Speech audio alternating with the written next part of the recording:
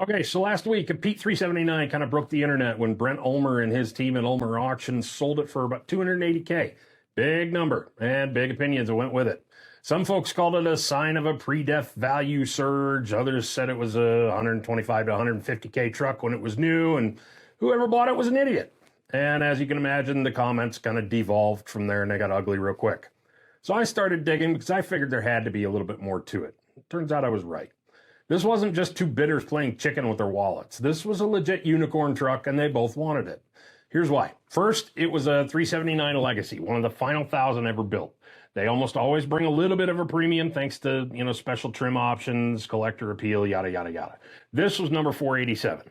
Number two, it was pretty well loaded. Pretty much every option on the order blank was checked, plus the seller custom ordered it with a twin stick, something that probably hadn't been on a Peterbilt order blank in years. It was one of only one or two Legacy trucks with an auxiliary Spicer 4-speed to go along with an 18-speed Eaton Fuller. The paperwork in the listing shows an original list price just under $221,000. That is an optioned up Pete for 2007. And third, it had just 21,000 miles on it, about as close to a new 379 as we've seen in ages. 6.25 horse C15 A-cert. Twin stick, no def. I mean, if you're a Pete nerd, this checks off every single box and then some. It was basically a factory-built hot rod. The Tinfoil Hat Society circled around the mileage. They thought either it was a rolled-back odometer or if it was legit, the engine was doomed, the whole thing. Turns out it was legit. I talked to the seller. He bought it as a present for himself back in 07 and late 06, actually.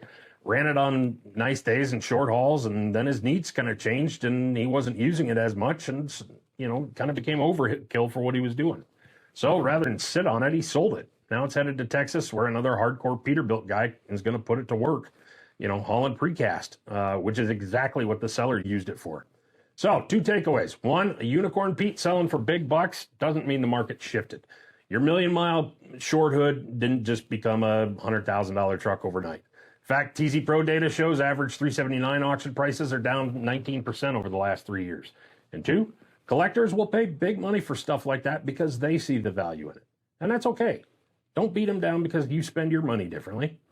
Anyway, thanks for watching. We'll catch you in the comments.